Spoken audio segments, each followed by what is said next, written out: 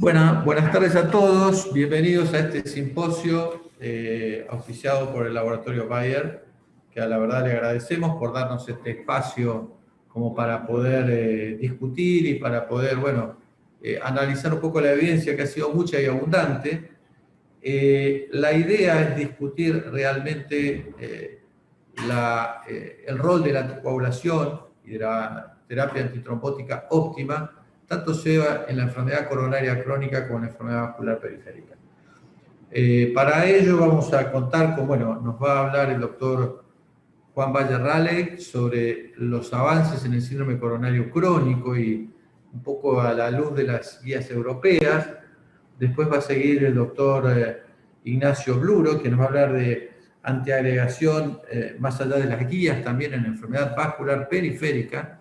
Y después tenemos un panel muy interesante, donde tenemos a la doctora Mesarova, que es del Servicio de Hematología, a la doctora Natalia Valian, del Servicio de Neurología, y al doctor Rodrigo Bagnati, del Servicio de Cardiología. La idea es que luego de las dos presentaciones tengamos un espacio para la discusión. Así que, sin tomarme más tiempo, le voy a dejar el espacio y mi silla a Juan Valle. Juancito.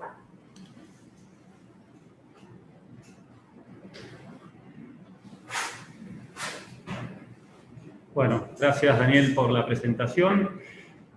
Vamos a empezar con la primera charla sobre avances en síndromes coronarios crónicos y la actualización de las guías europeas. Estos son mis conflictos de interés. Y vamos a empezar la presentación con un caso clínico para entrar en contexto.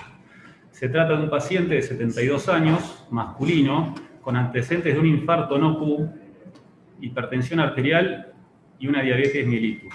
La diabetes fue diagnosticada hace 5 años, actualmente es insulino resistente, y con su síndrome coronario agudo lo tuvo hace 2 años, donde le realizamos una angioplastia a una arteria coronaria derecha. Después tenía lesiones en las otras arterias, pero sin obstrucciones significativas. Además es un señor con sobrepeso, fumador ocasional, con valores de presión arterial ambulatorios aceptables, un valor de LDL de 70 miligramos por ciento y una hemoglobina glicosilada bastante bien controlada de 5,5. En cuanto a su medicación para prevención secundaria, se encuentra tomando aspirina 100 miligramos, losartán 50 miligramos, rosuvastatina 40 miligramos y metformin.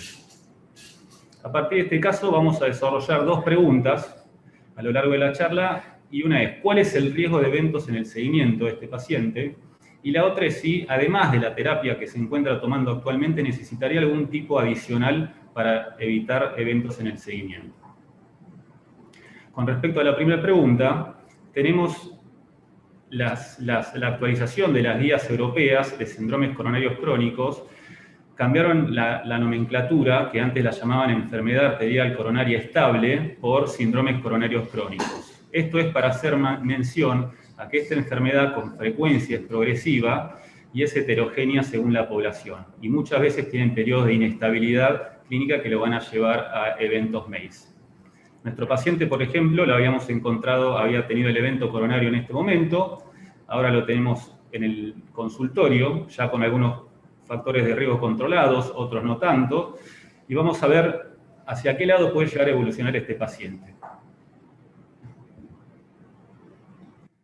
Tenemos los datos del registro REACH. Este es un registro que salió hace 10 años, en donde los pacientes con enfermedad coronaria aterosclerótica, que tenían entre 3 y 5 factores de riesgo con objetivo en meta para ese entonces, a pesar del control de los factores de riesgo, no estaban exentos a MACE y como pueden ver, tienen un aumento sustancial en el seguimiento de 36 meses en cuanto a la tasa de incidencia de eventos.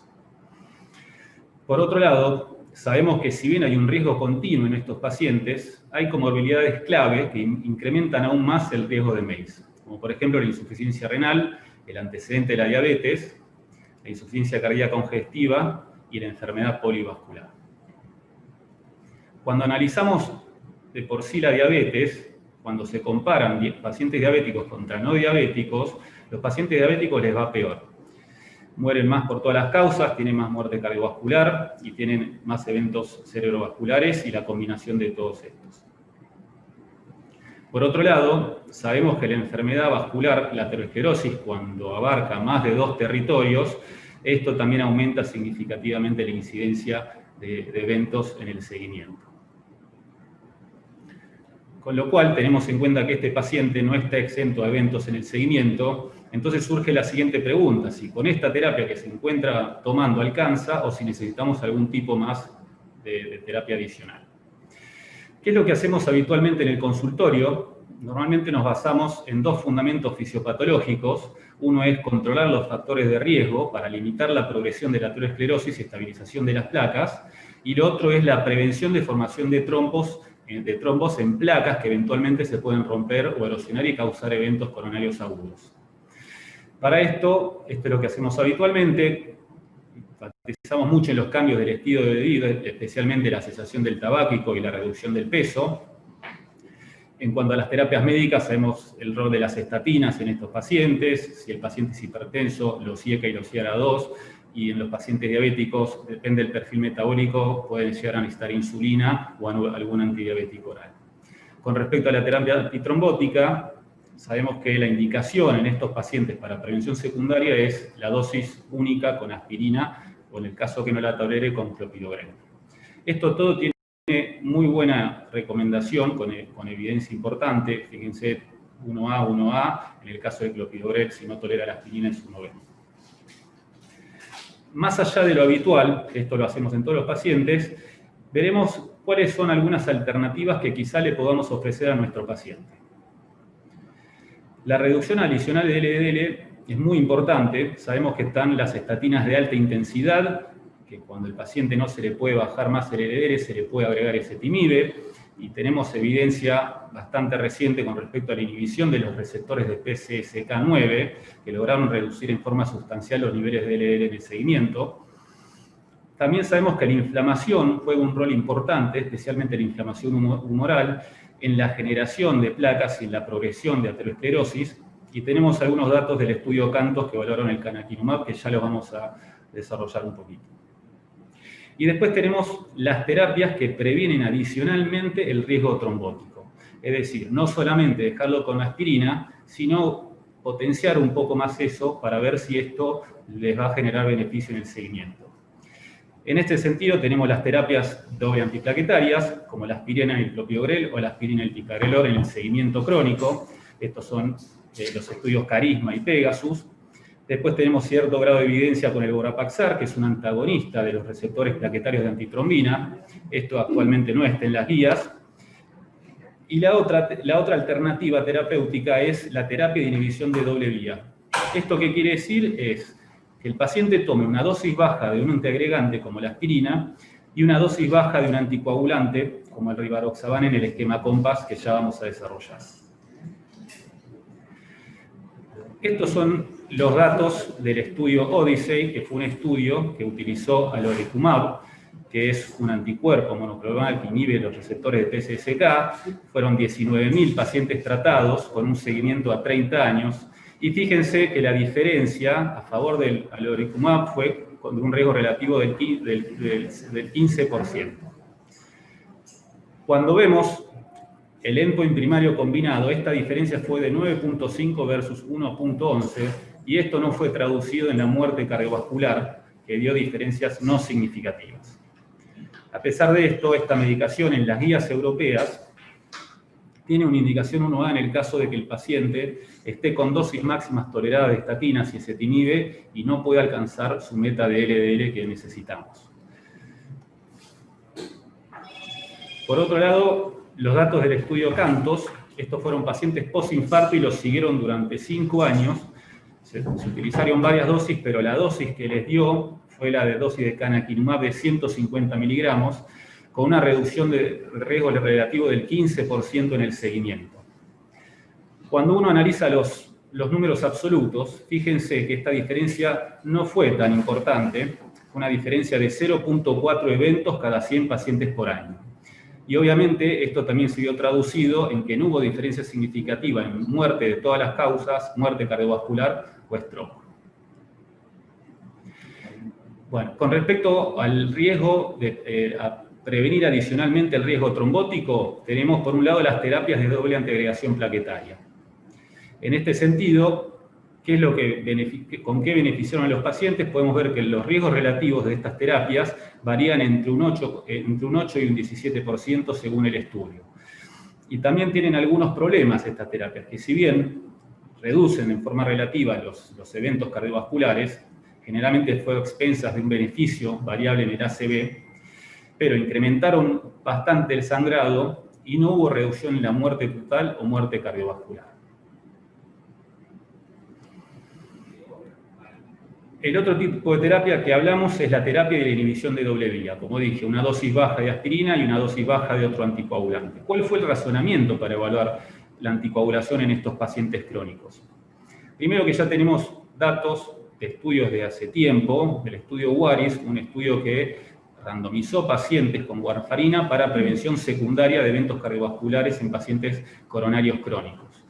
Y si bien la reducción de eventos cardiovasculares fue muy buena, estos pacientes sangraron demasiado y no fue algo que se implementó nunca en nuestra práctica diaria. Por otro lado, con respecto al rivaroxaban, ya tenemos evidencia del estudio ATLAS, que fue un estudio que se realizó randomizado en pacientes con síndrome coronario agudo. Se les dio una dosis baja de rivaroxaban y esto sí logró reducir la muerte, obviamente a expensas de un aumento en el sangrado mayor. Hay que tener en cuenta que en el estudio ATLAS, la rama de rivaroxaban eran pacientes que se encontraban doble antiagregados por el evento coronario agudo que habían tenido, con lo cual es esperable que hayan sangrado mayor, un poco más. De aquí surgió el COMPAS. El COMPAS fue un estudio multicéntrico en todo el mundo, reclutaron 27.000 pacientes, evaluaron los eventos cardiovasculares y el sangrado en pacientes crónicos. Estos eran pacientes con síndromes coronarios crónicos o con enfermedad arterial periférica, en 3 ramas. Una de las ramas era la famosa dosis vascular, que es el rivaroxaban 2.5 miligramos 2 veces por día con aspirina, el rivaroxaban de 5 miligramos o la aspirina. Lo que pasó fue que se suspendió a los 23 meses el seguimiento por un beneficio clínico a favor del rivaroxaban de la dosis vascular de 2.5 miligramos junto con la aspirina. ¿Cuáles fueron los criterios de inclusión? Esto me parece importante para ver bien qué tipo de pacientes estamos hablando.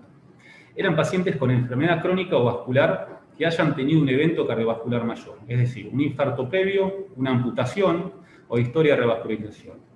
Si no tenían el antecedente, tendrían que tener síntomas con más de 50% de estenosis en el territorio vascular isquémico. Y no solamente esto, sino que tenían que tener otro criterio más, que es la edad, mayor de 65 años, y si eran menores de 65 años, tenían que tener aterosclerosis en 2 territorios vasculares o 2 factores de riesgo adicionales, como el tabaquismo, la diabetes, la enfermedad renal crónica, la insuficiencia cardíaca o el antecedente de ACV isquémico. Por otro lado, los criterios de inclusión fueron el ACV en el último mes, cualquier sangrado hemorrágico cerebral, cualquier antecedente, los pacientes con muy mala función ventricular, si necesitaban ser doble antiagregados o anticoagulados por otra causa, y obviamente los pacientes con insuficiencia renal muy avanzada. Con respecto a las características poblacionales, los pacientes eran entre 60 y 76 años, 75% eran hipertensos, 37% eran diabéticos, 62% habían tenido un infarto previo, casi el 30% tenían enfermedad arterial vascular periférica, 22% eran pacientes renales crónicos y el 4% habían tenido un ACV. Acá vale la pena destacar, esto es de un subanálisis de solo los pacientes coronarios, publicado un tiempito después, que vieron que los pacientes con el antecedente del infarto, la mitad de ellos, el infarto había sido hace más de 5 años. Con lo cual son pacientes de otra población si queremos comparar con los estudios previos que mencioné de doble antiagregación o el estudio ATLAS, digamos. Son pacientes bastante más crónicos. ¿Cuál fue la definición del sangrado? Obviamente en estos estudios el sangrado mayor es el punto final primario de seguridad y ellos utilizaron los criterios de la Sociedad Internacional de Trombosis y Hemostasia modificados, que incluían sangrado fatal, sangrado sintomático en órgano crítico, sangrado de sitio quirúrgico requiriendo reexploración o un sangrado que llevó a una hospitalización. Esto en el paper resaltan que también incluyeron pacientes que concurrieron a la guardia por un sangrado y no necesariamente se quedaron internados por esta causa. Cuando vemos la tabla, acá vamos a comparar nada más la dosis baja de rivaroxaban versus aspirina, que fue lo que dio, y podemos ver que la tasa, el sangrado mayor fue mayor en la rama rivaroxaban con aspirina, con un hazard ratio de 1.66 y una P muy significativa. ¿Qué pasa? Cuando analizamos punto por punto el tipo de sangrado, podemos ver que el sangrado fatal, el sangrado hemorrágico cerebral o el sangrado a otro órgano crítico, la incidencia en las tres ramas fue muy baja, fue menos del 1%, mismo en la rama de aspirina, en la rama de rivaroxaban solamente y en la rama de la terapia dual. Estas diferencias no fueron estadísticamente significativas y analizando bien vemos que el sangrado mayor, digamos, las otras causas de sangrado mayor, la diferencia notoria se vio en el sangrado gastrointestinal. 130 pacientes versus 61, con un hazard ratio de 2.13 y una P estadísticamente significativa. Acá vale la pena decir que cuando analizaron los sangrados por tiempo, ¿sí?, podemos ver que la diferencia del sangrado fue principalmente en el primer año. Luego del primer año, los sangrados se pudieron a estabilizarse entre ambas ramas y no hubo diferencias significativas. Estas son las curvas de Mace del evento primario. Cabe destacar acá que la dosis de rivaroxaban de 2.5 miligramos con aspirina hubo una reducción relativa del 26%. Acá lo característico de esta curva es que la curva de la dosis baja de rivaroxaban se empieza a separar en el primer año, a diferencia de otros estudios en pacientes crónicos a largo plazo que se tienden a separar luego del año. Y cuando vemos individualmente los componentes, que esto es el MACE, digamos, el infarto, el stroke y la muerte cardiovascular, vemos que la muerte dio significativa, con un 0.77 hazard ratio, una P significativa. La tasa de infarto de miocardio fue menor, aunque no alcanzó estadística, o sea, la diferencia estadística. Y sí acá en la tasa de stroke hubo una diferencia muy amplia a favor de la dosis baja de rivaroxaban, con un hazard ratio de 0.56 y una P muy significativa. Siempre que utilizamos medicaciones y fármacos que le puedan dar un beneficio al paciente, pero también le pueden dañar, una forma estadística de analizar esto es el beneficio clínico neto. Y acá lo que se hace es sumar todos los beneficios, todo lo que le podemos prevenir al paciente y restar todo el daño que le podemos causar. Cuando se hace el análisis, hay una diferencia a favor del rivaroxaban con un hazard ratio de 0.8. Y acá lo interesante es ver que cuando se ve a lo largo del tiempo, vemos que el daño provocado por los sangrados se mantiene constante en el tiempo, en el seguimiento en 36 meses, mientras que el beneficio otorgado por la anticoagulación se ve aumentando a medida que pasa el tiempo. Esto es toda la población COMPASS. Después salió un estudio donde analizaron el beneficio clínico neto según las poblaciones y podemos ver que los pacientes que tenían factores de riesgo claves, como los que mencionamos anteriormente, se benefician claramente aún más con un beneficio clínico neto más notable a favor de la dosis baja de rivaroxaban. Concluyendo, en cuanto al COMPASS, sabemos que la inhibición de la vía dual con rivaroxaban con aspirina reduce significativamente los riesgos de eventos cardiovasculares en un 26%, principalmente a expensas del ACV y de la muerte cardiovascular. No alcanzó significancia a nivel del infarto, aunque hubo una tendencia, y la tasa de sangrado fue mayor. Esto fue con los criterios modificados de la Sociedad Internacional de Trombosis y Hemostasia, con un hazard ratio de 1.6. Sin embargo, evaluando el punto por punto, vimos que no hubo diferencia significativa entre sangrado fatal, sangrado intracraniano y sangrado de órgano crítico. Por otro lado, vimos que existe un beneficio clínico neto, pero esto se vio reflejado principalmente en pacientes con elevado riesgo de eventos cardiovasculares. Y lo otro es que no hubo beneficio con el rivaroxaban de 5 miligramos. Estos son lo que cambiaron las guías de este año, es que recomiendan, con clase 2A y clase 2B, agregar un segundo fármaco antitrombótico en aquellos pacientes que tienen alto riesgo o moderado riesgo de eventos isquémicos sin riesgo alto de hemorragia. Entonces, para cerrar, este es un algoritmo para mejoría en la prevención secundaria en la enfermedad cardiovascular. Acá tenemos a nuestro paciente crónico que ya tuvo un evento, ya hizo su tratamiento por doble antiagregación. lo tenemos en esta primera etapa, donde lo que hacemos siempre es intensificar las medidas de prevención secundaria habituales, como la modificación de los estilos de vida, el control de la presión arterial, el control glucémico y el LDL. Y en una segunda etapa, si consideramos que el paciente continúa con un riesgo vascular incrementado, debemos evaluar el riesgo-beneficio de las terapias adicionales novedosas, como son las que mencionamos. Nuestro paciente, que quizás se encuentra, lo habíamos encontrado acá, ya con los factores de riesgo parcial casi todos controlados y con buen control metabólico, quizás teniendo en cuenta su diabetes y otros factores de riesgo, es un buen candidato para evaluarlo, considerarlo como un riesgo vascular incrementado y quizás optar por una terapia como, por ejemplo, la dosis de rivaroxaban 2.5 miligramos 2 veces por día. Con esto termino. Muchas gracias. Bueno.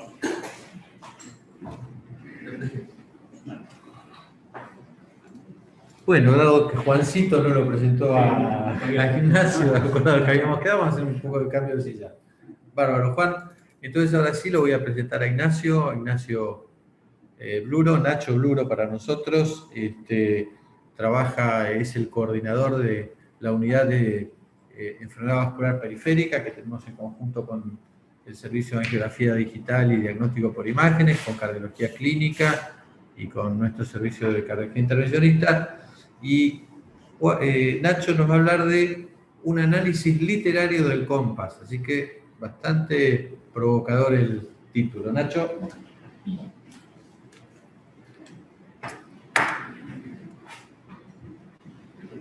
Gracias, Daniel, por la presentación. Gracias, para mí es un placer estar acá. Gracias a la gente de Bayer por apoyarnos en Cuore, que para nosotros es muy importante.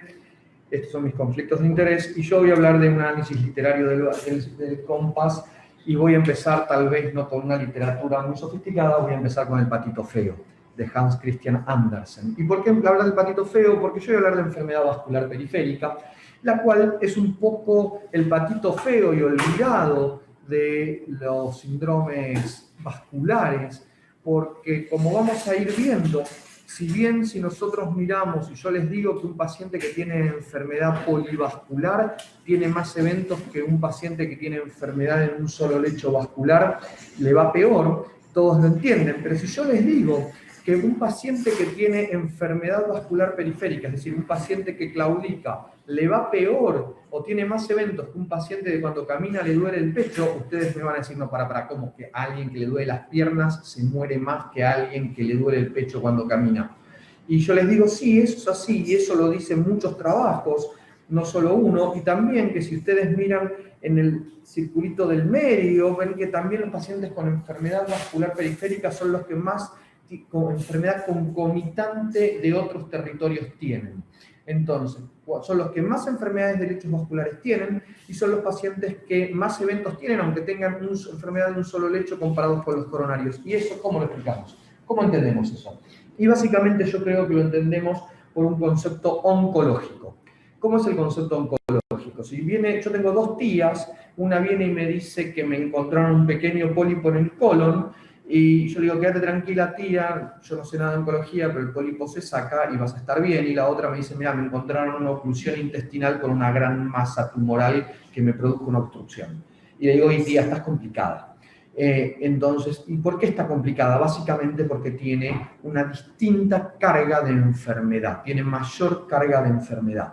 Entonces, yo los invito a pensar a ustedes que tenemos las arterias coronarias del lado izquierdo de la pantalla y las arterias femorales del lado derecho de la pantalla. Unas tienen un diámetro, digamos, de 3 milímetros y la otra de 7. Y para que si yo le pongo una alfombra de aterosclerosis a la coronaria de 1 milímetro, voy a tener una estenosis del 90%, ese paciente va a tener angina. Y si le pongo la misma alfombrita, por decirlo de alguna forma, de aterosclerosis a una arteria femoral, tiene una lesión no significativa. Yo, para producir una estenosis significativa en una femoral, necesito una alfombra persa de aterosclerosis, necesito gran masa de ateromatosis, gran carga de enfermedad. Entonces, básicamente, los pacientes vasculares tienen gran carga de enfermedad, eso es lo que los diferencia. Y por otro lado, los pacientes vasculares los tratamos menos. Esto es un pequeño trabajo de 3.800.000 pacientes, obviamente nórdico, donde se ve que claramente, veamos el grupo terapéutico de fármaco que tengamos, todos los pacientes vasculares están menos tratados que los coronarios. Y esto, de vuelta, por eso el patito feo de la enfermedad vascular. Los tratamos menos, tienen peor pronóstico y nosotros los tratamos menos.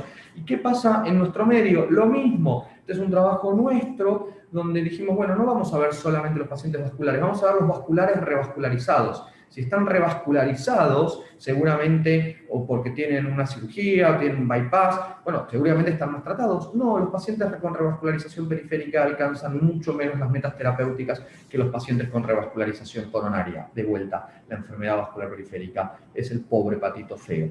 Entonces, pero a pesar de esto y a pesar de que tengan un tratamiento antitrombótico importante en 6.000 pacientes donde más del 80% estaban antiagregados, fíjense que la tasa de eventos cardiovasculares mayores es prácticamente 5% por año y que en cada año se va aumentando un 5%. Entonces es por esto que hubo varios trabajos de los cuales el doctor Juan Valle ya los mencionó, que intentaron buscar una doble antiagregación a través de la combinación de aspirina-clopidogrel, aspirina-ticagrelor, clopidogrel solo, o incluso anticoagulación en pacientes periféricos como en el WAVE, donde lo que vieron es que si bien se reducían eventos isquémicos en algún caso, aumentaba mucho el riesgo hemorrágico. Y que en no todos los casos, como el carisma, el sumar más medicación en los pacientes vasculares implicaba reducir los eventos cardiovasculares mayores, o como en el Pegasus con la dosis de 60 digamos que reducía MACE, pero no reducía efectos asociados a eventos isquémicos de las piernas.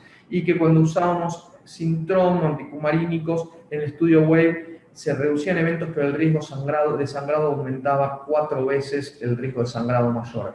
Entonces surge la hipótesis, o como lo mencionó muy bien y lo explicó muy bien en la historia de estos trabajos, y ya incluyendo el Atlas, de los pacientes vasculares crónicos, utilizar una doble vía y bloquear tanto el nivel de agregación plaquetaria como utilizar un inhibidor anti-10 directo como el rivaroxaban.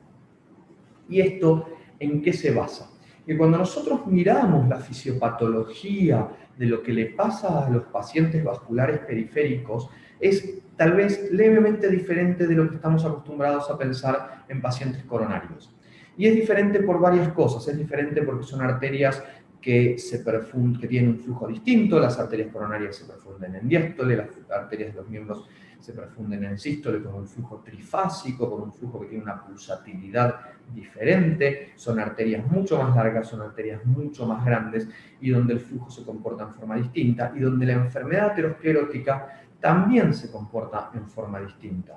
Entonces, en este trabajo anatomopatológico de 95 pacientes con 121 miembros amputados que estudió casi 300 arterias de esos miembros, ¿qué es lo que encontró? Una gran carga de trombosis, incluso en lugares donde no había aterosclerosis.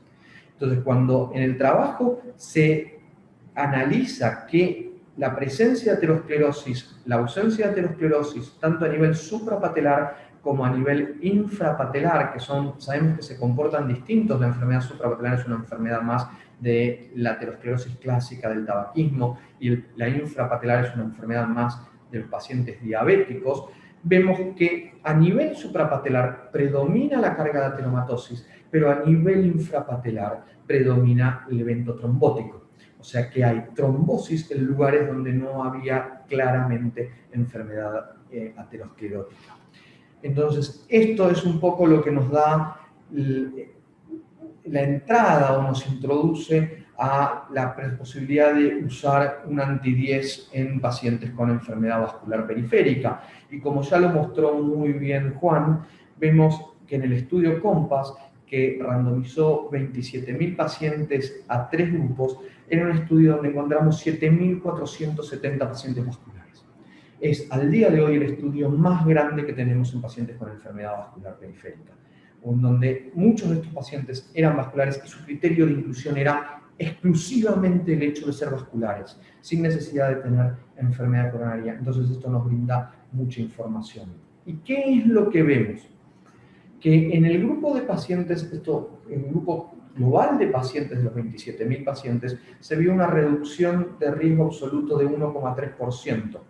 Pero si esto nosotros lo llevamos al subgrupo de pacientes vasculares, esa reducción de riesgo absoluto, no estoy hablando de riesgos relativos, estoy hablando de riesgos absolutos, se magnifica a un 2%. Y ese 2% de reducción de riesgo absoluto, para bajarlo a números concretos, es hablar de una necesidad de tratar 100 pacientes para evitar 2 eventos cardiovasculares mayores, un NNT de 50, lo cual, puesto en perspectiva con respecto a otros tratamientos, es un NNT muy interesante. Entonces, ¿por qué será esto? Porque nosotros, cuando vemos pacientes vasculares, no solo hablamos de MACE, no solo hablamos de eventos cardiovasculares mayores, no solo hablamos de muerte cardiovascular, síndrome coronario agudo, hablamos de stroke, sino hablamos de MAIL. Y esto no tiene que ver con un problema de género, sino tiene que ver con amputación mayor, isquemia crónica o desarrollo de isquemia aguda. Entonces, son pacientes que no solamente van a tener eventos donde se afecte su corazón, sino también van a tener eventos donde los va a llevar a una intervención por su patología periférica. ¿Y qué es lo que pasa cuando nosotros consideramos los MACE y los MAIL en los pacientes vasculares? El mayor beneficio, ahora sí en forma relativa, lo vemos en los pacientes en reducción de eventos periféricos. Fíjense que los pacientes tratados con aspirina y bajas dosis de rivaroxaban tienen una reducción de eventos vasculares periféricos prácticamente del 50%. Se reducen esos eventos a la mitad. Eso es lo que tracciona y lo que aumenta la reducción de eventos mayores en el grupo de los pacientes vasculares, sumados a que tienen un mayor riesgo basal.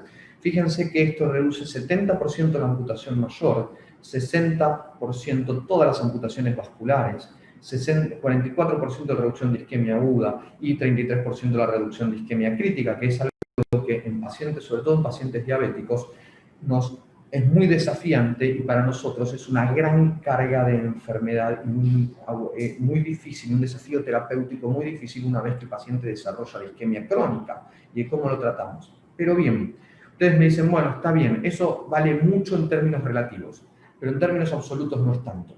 Está bien, es cierto, no es tanto en términos absolutos, pero ¿qué le pasa a los pacientes que tienen eventos cardiovasculares periféricos? Fíjense cómo su mortalidad aumenta 3 veces.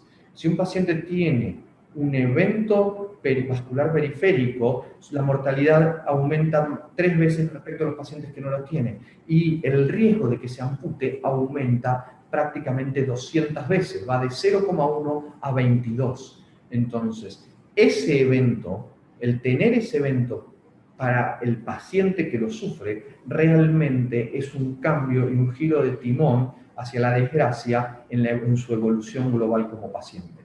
Entonces, cuando analizamos totalmente los dos lados de la moneda, en cuánto se reducen los eventos, el punto final primario combinado de MACE y MAIL, ese número que era un 2% de reducción de eventos de riesgo absoluto, se va a un 3% de reducción de riesgo absoluto, lo cual implica un NT de 33 pacientes para reducir un evento. Y cuando aparece el tema del sangrado y evaluamos el tema del sangrado, bueno, vuelve a ser tener un 2%, pero ahora de beneficio neto.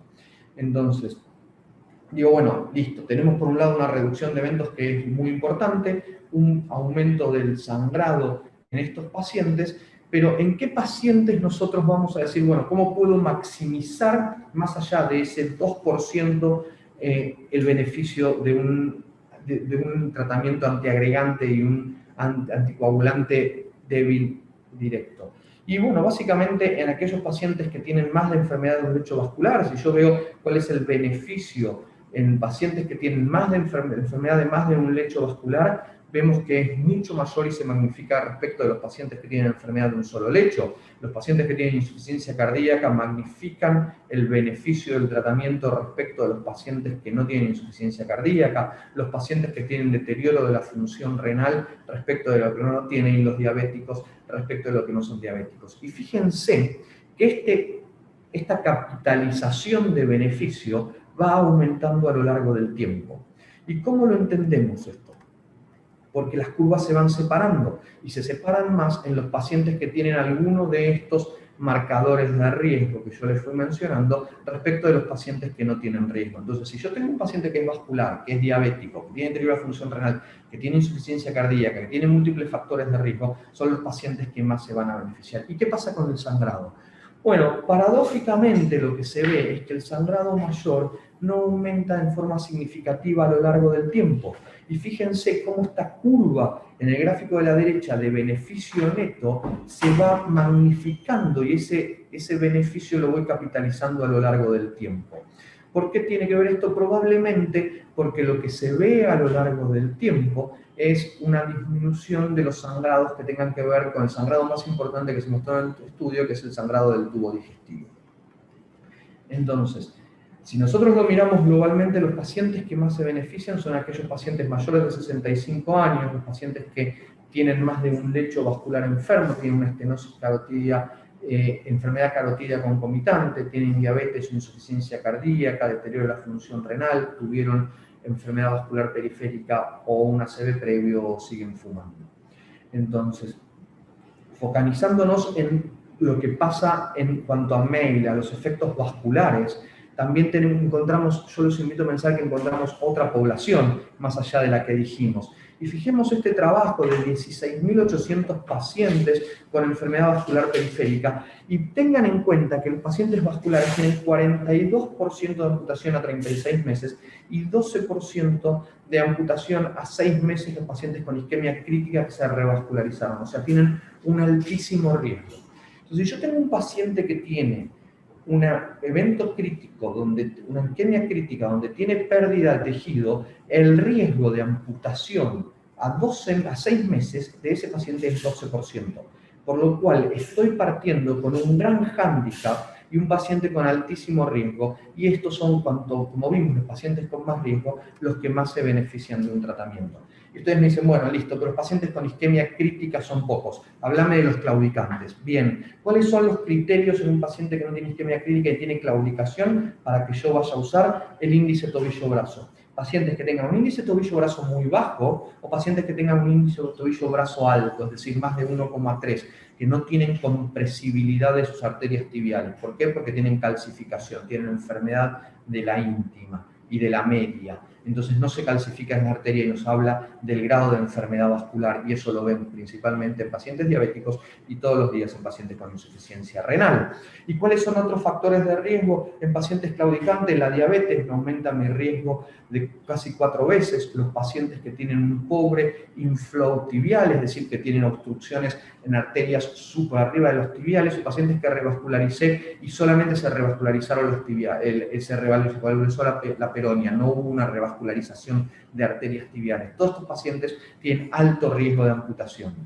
Entonces, fíjense que si bien en las guías de enfermedad vascular periférica todavía no está incluida esta indicación, ya el año pasado en las guías de diabetes, la posibilidad de agregar rivaroxaban al tratamiento vascular de los pacientes vasculares está incluido en las guías de diabetes de pacientes diabéticos con enfermedad vascular periférica. Entonces, como conclusiones, ¿cuáles son los pacientes que más se benefician de esto? Básicamente los pacientes que cuanto más riesgo tengan. Pacientes diabéticos con enfermedad plurivascular, creo que en ese es el grupo de pacientes donde más vamos a capitalizar el beneficio de agregar un rivaroxaban en el tratamiento de estos pacientes. Entonces empezamos con el patito feo de la enfermedad vascular, y para terminar lo que les quiero decir es no nos sorprendamos si al final nos aparece un cisne negro y después nuestro paciente tiene un evento que no nos sorprenda. ¿Por qué? Porque todo estaba previsto para que ese cisne negro apareciese. Y no les hablo del cisne negro de Natalie Portman, sino les estoy hablando de Nassim Taleb, y que en este momento donde nos aparece la pandemia y los cisnes negros, y bueno, lo que pensábamos que no podía pasar nunca, nos pasa, entonces que eso no nos pase con los pacientes vasculares. Muchas gracias. Bueno, excelente, Nacho. Vamos a correr la cita. Bárbara, las dos. Yo les diría que vamos a tratar de... La distancia social, pues tenemos barbijo, así que arrímense un poquito a la mesa, así se oyen bien. Bueno, nos acompañan entonces como panelistas, yo lo mencionaba, Natalia Valian, con quien tenemos el placer de trabajar es del servicio de neurología y especializada en neurovascular, y trabajamos mucho en el tema de FOB y el tema de accidente cerebrovascular. La doctora Daniela Mesarova, de hematología y más específicamente de cardiohematología, también es más especializada de nuestro hospital. Y lo tenemos ahí escondidito a Rodrigo Bañati, que es del servicio de cardiología y también trabaja en el área de imágenes. Así que, bueno, junto con los dos oradores que la verdad que han estado fantásticos y respetaron muy bien el tiempo, vamos a tratar de hacer una discusión un poquito abierta. Yo por ahí me permito empezar con vos, Daniel, a ver, digamos, ¿cómo ves esto de manejarnos de pacientes que obviamente estamos los cardiólogos, los neurólogos, todos sopesando todos los días, de una mano el riesgo trombótico y en otro lado el riesgo hemorrágico, y en general nuestros pacientes tienen las dos cosas? Bueno, la realidad es que mirando un poco los resultados del trial, dentro de los factores de sangrado, dentro de las personas que aumentan el riesgo de sangrado, a mí me llamó bastante la atención los pacientes que tienen insuficiencia renal. ¿Sí? No hay mucha representación en este grupo, en el trial. De hecho, si uno ve los números, los pacientes que tienen por debajo de 60 Splinen representan un 21% de la población, y los que tienen por debajo de 30, 0,9 o 0,8. Y la verdad es que estos grupos de pacientes son bastante frecuentes de ver en la práctica diaria, y en estos pacientes no solamente estamos tratando con anticoagulantes, antiagregantes, sino que también per se tienen una alteración de homeostasia, porque la uremia altera la función plaquetaria. Entonces, en estos grupos es súper importante tener en cuenta el riesgo de sangrado, obviamente sin desestimar el riesgo trombótico que tiene, ¿no? Y me parece súper importante también interrogar a los pacientes respecto a los antecedentes de sangrado, principalmente sangrados gastrointestinales, que fueron los que más se vieron en esta cohorte. Hay una subpoblación, un subanálisis en pacientes, los randomizaron y le dieron pantoprazol en aquellos que no tenían indicación de tratamiento continuo con inhibidores de la bomba de protones. Y bueno, en realidad lo que se vio es que no disminuyen el riesgo en general de eventos, digamos, sangrados gastrointestinales. Sí se vio una disminución, en el sangrado activo. ¿Sí? Se vio ahí una P significativa. Pero bueno, me parece importante tener en cuenta esto, ¿sí? Siempre hablar con el paciente, interrogarlo, tener en cuenta todos los factores, tanto protrombóticos como hemorrágicos, porque obviamente en la práctica diaria nuestros pacientes no se ajustan a los criterios de inclusión. Y si algo te diría, al final, en este hospital particularmente, de nuestros peores pacientes, porque cada vez que cualquiera de nosotros empieza a hacer series, según la serie están la del promedio de 10 años arriba del promedio de todos los publicados. O sea que tenemos una selección en el sentido bastante compleja, pero bueno, para eso estamos todos, para tratar de afrontarlo eso con seguridad. Me parece, sí, perdón, dale. Me parece muy interesante lo que decía Daniela, porque volviendo al tema de que la principal fuente de sangrado fue el gastrointestinal, y algo que yo comenté un poco es que a mí me llama también la atención, es que ese primer sangrado, ese sangrado, esa mayor carga de sangrado está al principio del trabajo, ¿no? ¿Cómo entendemos nosotros o cómo explicamos que esa mayor carga de sangrado esté al principio del trabajo y las curvas de sangrado no se vayan separando en el tiempo? Probablemente el iniciar el tratamiento con rivaroxaban lo que está haciendo en realidad es desenmascarar patología previa, o sea, patología que el paciente trae. Claro, exactamente. Sí, lo que vos decías. Por eso, en un paciente que uno empieza a dar este tipo de antiplaquetarios o anticoagulantes, yo, como práctica personal, siempre miro un hemograma y veo si tiene algún indicio que me diga, está ferropenina, está sangrando de manera clínica, que tal vez uno le da esta... Y se manifiesta. Exactamente. ¿Te puedo pedir un favor? Obvio. Decinos para los cardiólogos, o sea, un factor. ¿Cómo vemos ferropenia en los cardiólogos? Si yo te tengo que decir al hematólogo, ¿cómo veo el ronda sinusal? Digo, buscar la P antes del QRS. O sea, así. ¿Cómo ve un cardiólogo ferropenia? No, en realidad, obviamente, si tiene anemia, ¿sí? Caracterizar bien la anemia y ver si es por ferropenia, porque tener ferropenia hay dos opciones. Estoy perdiendo o no estoy absorbiendo. Y la edad del paciente que nosotros vemos, por lo general, es por pérdida. Y por otro lado, el BCM. ¿Sí?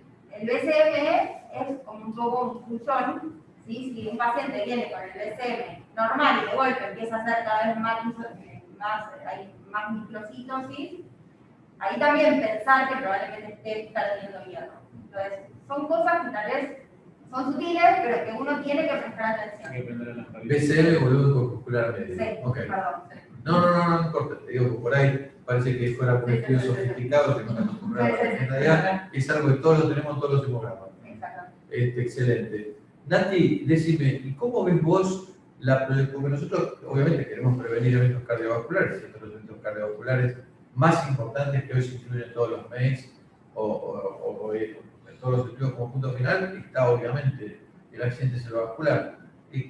¿Cómo es el rol de esta aproximación antitrombótica para la prevención de eventos neurológicos? Bueno, la verdad que el abordaje es interesante desde el punto de vista de la doble inhibición de la doble vía que contaban antes. Muy claro el mecanismo por el cual disminuye los accidentes cerebrovasculares está. La realidad es que este estudio no se diseñó para enfermedad cerebrovascular, pero los pacientes que se ingresaron son compartidos, son nuestros pacientes, ¿sí? Son pacientes con ateromatosis sistémica de alto riesgo cardiovascular y que habitualmente compartimos con los cardiólogos. Los eventos que más se redujeron, el subtipo de stroke que más se redujo es el cardioembólico y el ESUS.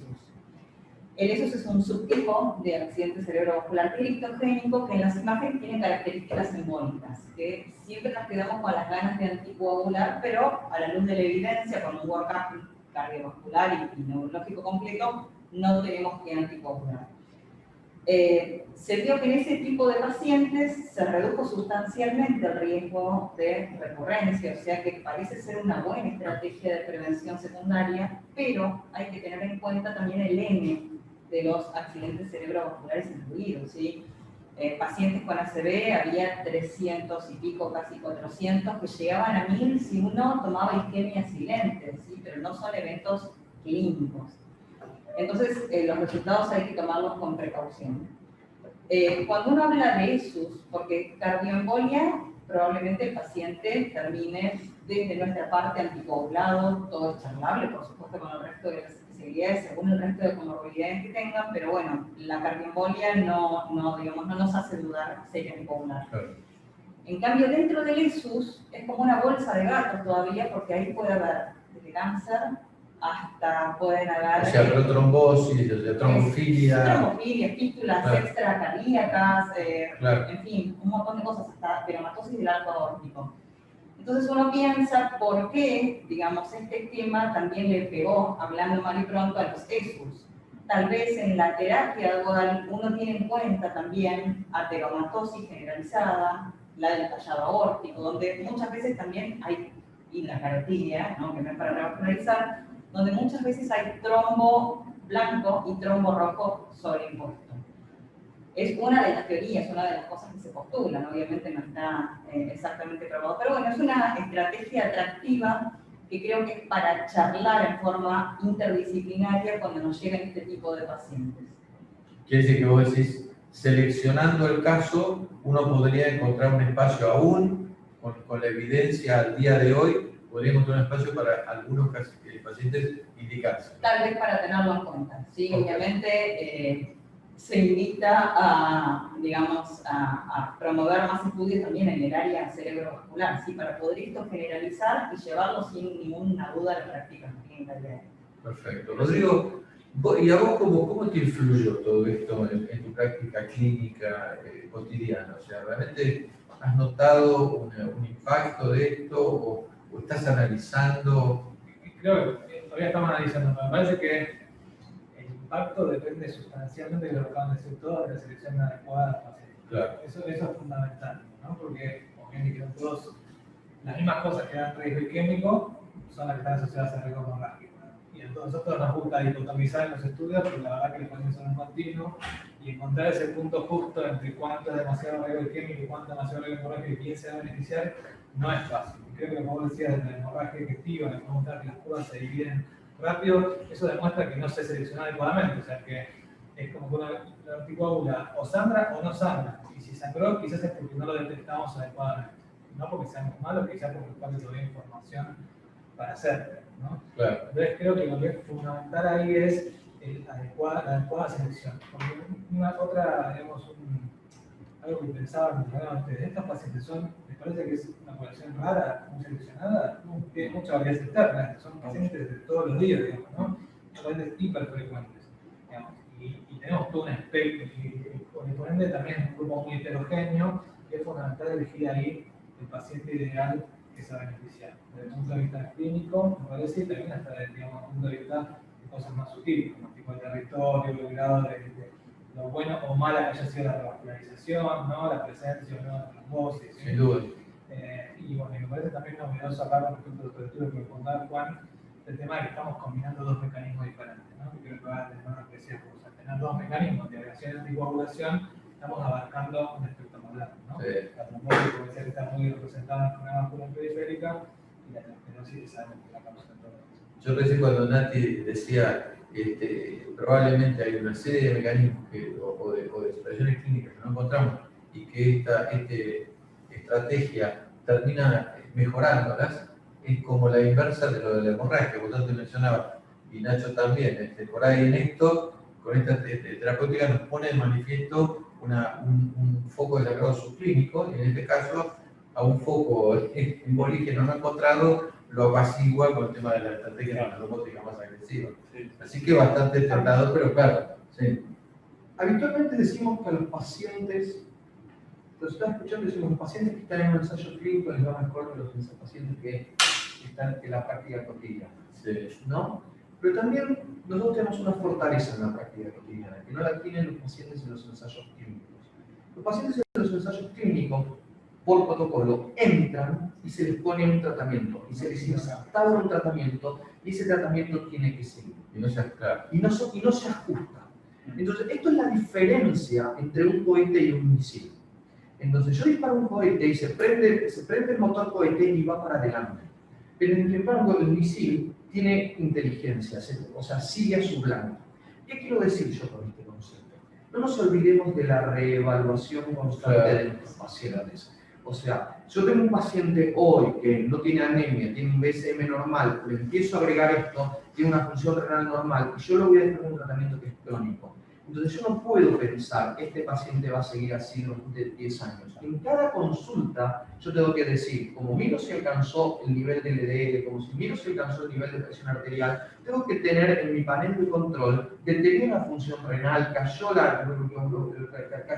el hematocrito, aumentó el BCM, tengo que tener todo un panel de luces que me digan así, es decir, ¿sabe qué? Vamos a parar, vamos a hacer, y eso nos va a permitir también usar una herramienta con más seguridad. Sí, además en un entorno como este, donde vos tenés alguna duda, la llamás a Daniela, la llamás a Nati o le llamás a gastroenterología y el paciente, si estaba en unidad coronaria, en una hora tiene hecho una FEDA, una endoscopía digestiva para ver si hay un foco. O sea, realmente la posibilidad de, como vos decís, ajustar a la realidad, que además es dinámica, porque claramente los pacientes también dentro de su patología son dinámicos. ¿Alguna pregunta que quieran? Igual se ven todos los días, se las aclaran todos los días, no, pero bueno, algo como para que se vea al público. ¿Alguna duda más? ¿Alguna aclaración? Para el mismo punto, que en la discusión de la enfermedad coronaria, de la enfermedad vascular, de todos los hechos y de todo el trabajo, que es balance entre riesgo químico y riesgo hemorrágico, ¿no? Y a medida que estamos viendo últimamente con todas las nuevas drogas, que cuanto mejores anticoagulantes son, pero en dosis más bajas, como no, estamos tratando de encontrar ese balance entre que nos dé el beneficio antiquímico y darnos sangre un poquito más al paciente. En parte depende de la droga y fundamentalmente depende de a quién se la estamos dando, que ya tenemos que ajustar nosotros, y capaz que acá los disertantes nos pueden hacer como un mensaje final de cuál creen que es el paciente ideal, o la bandera roja, que en el consultorio a mí, ¿en qué paciente me tiene que prender la lamparita de este? Podría ser un candidato, le puedo mejorar el pronóstico con esta medicación. Excelente idea. Juancito. Sí, yo creo que el paciente consultorio crónico que quizás se va a beneficiar con esto es aquel que tiene factores de riesgo elevados, como un poco resumida en las guías así, ahí, como veníamos hablando. Claramente, la enfermedad que tiene, el paciente que tiene enfermedad polivascular es un gran candidato. Como mostró Nacho, los números de beneficio clínico neto son ampliamente buenos. Y el paciente diabético también me parece que es un paciente que hay que prender la lamparita para considerarlo. Y no sé vos, Nacho, si querés hablar alguna. Yo creo que los pacientes con enfermedad vascular periférica, dentro de los dos grandes grupos de trabajo, o sea, si uno divide el COMPAS en dos grupos, lo puede dividir en pacientes coronarios, pacientes vasculares, y hay un subgrupo que se superpone. El subgrupo donde se superponen, que son los que tienen enfermedades más común de hecho, son los que más se beneficiaron. Entonces, si yo tengo un paciente coronario y un paciente vascular, ese es el paciente donde tiene una reducción de 3.7 veces, o sea, es donde el paciente donde tiene más beneficio. Sacando a ese paciente que tiene enfermedad polivascular, creo que los pacientes diabéticos o los pacientes que también tienen insuficiencia cardíaca son pacientes, probablemente los que tengan insuficiencia cardíaca, entre a jugar otra cosa, que son los pacientes que también tengan FA subclínica, donde este evento protector de pacientes donde tienen eventos de fibrilación auricular que no los estamos viendo. Entonces, creo que ahí es donde juega eso. Creo que donde el paciente sea más complejo es el paciente que claramente más se beneficia, y siempre, con lo que dijo Daniela, tener un ojo en la seguridad, la selección del paciente para la seguridad. Y por supuesto, antes que nada, una hemoglobina y un volumen ocular medio para estar tranquilo, que por lo menos no se nos está escapando una hemorragia, un sangrado subclínico crónico. Yo creo que el otro aporte que vos hiciste, pues, la verdad que parece una obviedad, pero a veces tener esas realidades de frente es muy importante, que es el ajuste dinámico y permanente, es el estar todos los días mirando por qué este tipo de cosas pueden generar, hoy puede tolerarse bien, el día de mañana obviamente no.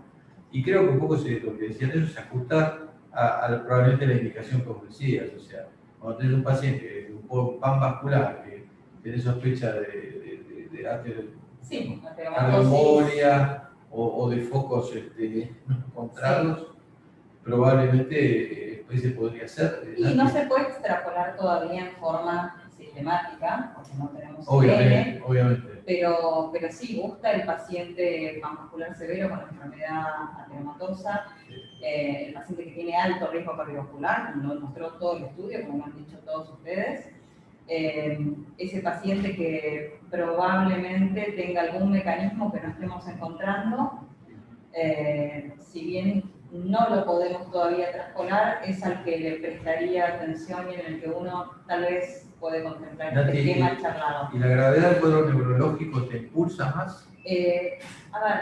Depende, porque este estudio no contempló pacientes en fase aguda, así que traspolarlo al evento neurovascular agudo no puedo. Sería una debilidad, pero por otro lado también tiene la fortaleza de que es un estudio que se diseñó para el tratamiento crónico, ¿sí? No fue un estudio, por ejemplo, como el TALES, donde nosotros reclutamos pacientes en fase aguda y por 3 semanas tal vez doble AT agregamos. Este tipo de diseño está pensado a largo plazo y eso también lo torna atractivo, ¿sí? Porque es como un mantenimiento. Claro. Obviamente, barajando y dando de nuevo en cada consulta, como dice Nacho, que es lo que habría que hacer con cada uno de los pacientes, pero creo que ese es el tipo de pacientes, tal vez los candidatos neurológicos. Sí miraría qué no tienen que tener. Por ejemplo, si el paciente tal vez tiene enfermedad de pequeño vaso cerebral, ¿sí? Aunque no haya tenido una enfermedad, aunque no haya tenido un evento lacunar, ¿sí?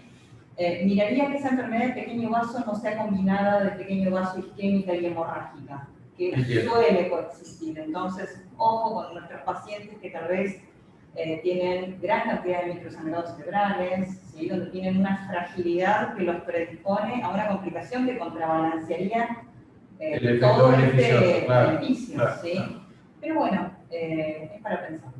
Bueno, muy bien, en homenaje a la puntualidad que han tenido nuestros oradores y la verdad que ha sido un placer, por lo menos yo aprendí un montón. Muchas gracias y bueno, nos despedimos y continuamos con nuestro cuore virtual, con esta nueva realidad. Muchísimas gracias. Gracias. Gracias.